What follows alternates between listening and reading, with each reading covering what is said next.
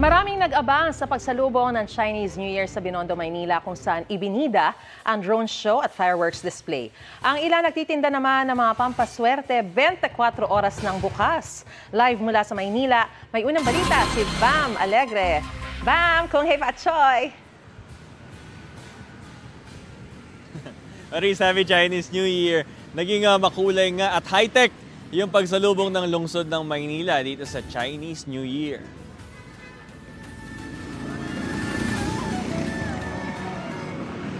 Sabay-sabay umangat ang mga drone bago ang hating gabi para sa pagsalubong sa Chinese New Year sa Maynila.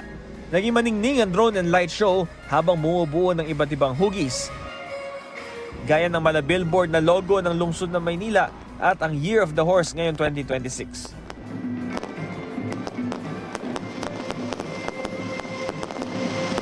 Paghudyat ng alas 12 na hating gabi, nagliwanag ang paligid sa makulay at maingay na community fireworks display. Tanaw na tanaw ang mga pailaw mula sa mga tulay ng Ilog Pasig sa Chinatown. Sobrang ganda po. Sobrang ngayon lang kasi ako nakapunta dyan. Kaya sobrang ganda ng mga fireworks nila na paputok. Sobrang saya, sobrang saya. Inabangan po talaga namin. After work, dumiretso na po kami.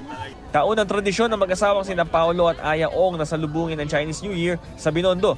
Bumiyahe pa sila mula San Jose del Monte, Bulacan para sa perfect attendance. Yearly ginagawa namin to kasi yung husband ko is Chinese po. May blood siya ng Chinese. And we drove here all the way from Bulacan just to witness the fireworks and yung drone. And then tomorrow, nandito rin kami ulit eh. Dami talaga tao. Usually, ganun naman talaga, yearly, ganun naman talaga yan. Maaga pa lang, nagtipon na mga tao sa Jones Bridge at maging sa Pasig River Esplanade para salubungin ang Chinese New Year. Para tiyakin ang kaligtasan sa lugar, nakabantay ang pulisya. Matapos ang fireworks display, nanatiling bukas ang mga ilaw ng Binondo sa magdamag. May ilang 24 oras din nagtinda ng mga pampaswerte tulad ng mga lucky, palay at pinya na tig 50 pesos. Maliliit na pampaswerte panamuti na 3 for 100 pesos, malalaking pasabit na mula 300 pesos at prosperity basket na 700 pesos.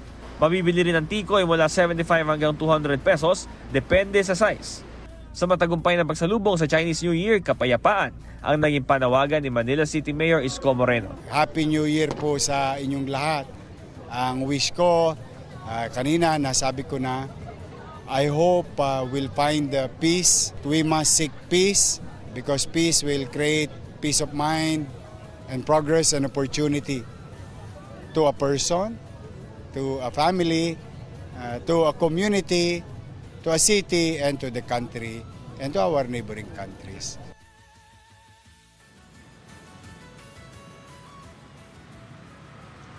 Maris, nagkaroon ng mga road closure nung salubong program. Pero ngayon, all roads accessible na dito sa Binondo na oldest Chinatown sa mundo. Itinatagyan nung panahon ng mga Kastila noong 1594. Ito ang unang balita mula rito sa Chinatown. Bam Alegre para sa GMA Integrated News.